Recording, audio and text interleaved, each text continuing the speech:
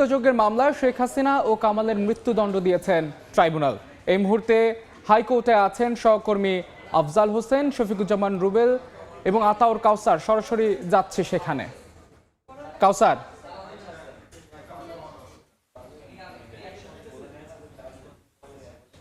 রায় ঘোষণা করা হলো। আপনারা জানেন যে সাবেক প্রধানমন্ত্রী শেখ হাসিনা এবং সাবেক স্বরাষ্ট্রমন্ত্রী আসাদুজ্জামান খান কামাল উভয়কেই মৃত্যুদণ্ড দিয়েছে আন্তর্জাতিক অপরাধ ট্রাইব্যুনাল এবং যিনি রাজসাক্ষী হয়েছেন আব্দুল্লাহ আল মামুন তাকে 5 বছরের সাজা দিয়েছে এবং রায় বলা হয়েছে তিনি 5 বছরের যেহেতু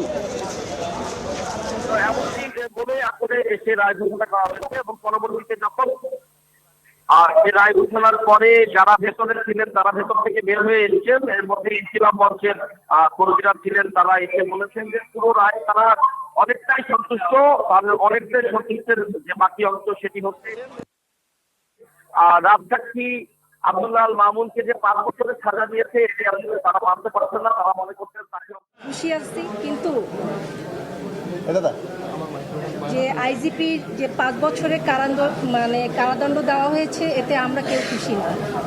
আমরা তার যাবজ্জীবন কারাদণ্ড চাই এবং যারা আইনের আওতায় এখনো আছে পর্যায়ক্রমে তাদের কিভাবে তাদের রায়গুলো খুব তাড়াতাড়ি দেওয়া হবে, এটা আমার মনে হয় এটাও আমাদের আকাঙ্ক্ষা এখনো পূরণ হয়নি।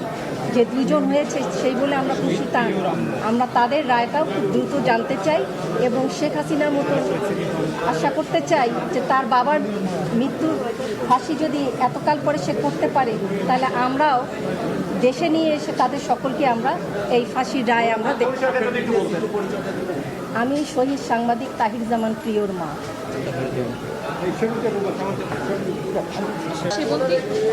আজকে